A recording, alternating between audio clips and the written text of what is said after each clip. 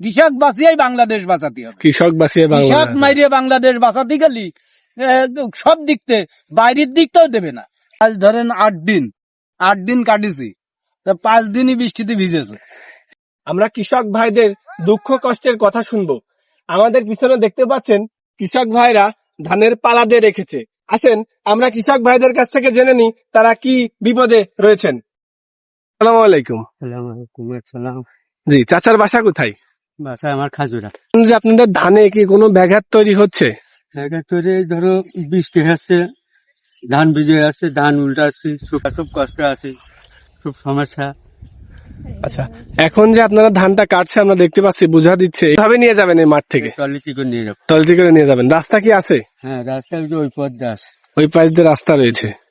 আচ্ছা, এখন আপনাদের ধানের মন কেমন যাচ্ছে? 900, 950। আমরা আর একটা কৃষক চাচার সাথে কথা বলতে চাই, তাদের চাচা কি বলে আসেন শুনি। আজ ধরেন 8 দিন কাটিছি, তা 5 দিনই বৃষ্টিতে ভিজেছে। এগুলো কি আপনাদের খুবই ভোগান্তি হচ্ছে? বেকায়দা কষ্ট, কষ্ট আর কোয়া যায় না। আর এরি ধান আর লাগাবো না। আপনারা কি এতে মজুরে হাজিরে পাচ্ছেন? আপনার নিজেদের যে হাজিরাটা হওয়ার কথা ছিল সেটা কি পাচ্ছেন? না, মানে তো আবার পাচ্ছি। এখন লাগাইছি বিধাই এত কষ্ট নিজের কায়দাই করতে আছে। আপনারা সন্তুষ্ট না এতে? না, মানে আপনারা সরকারের কাছে কি যান? ধানের দাম বাড়ুক। এখন ধানের দাম তো 1000-1200 হওয়া উচিত। বিগত সরকারের সময় খানা করতে ফেলে দিয়েছে, কিন্তু এই সরকার এসে তাই ওইটা মাফ হয়েছে। মাফ হয়েছে, আমরা ওই দিকটাও আমরা উপকৃত, কিন্তু আমাদের দিকটাও উপকৃত সরকার করে দিক। আচ্ছা, আপনারা পারিবারিক ভাবে কিসে শান্তিতে আছেন এই চাষ করে? না, চাষ করে তো শান্তিতে বর্তমান নেই।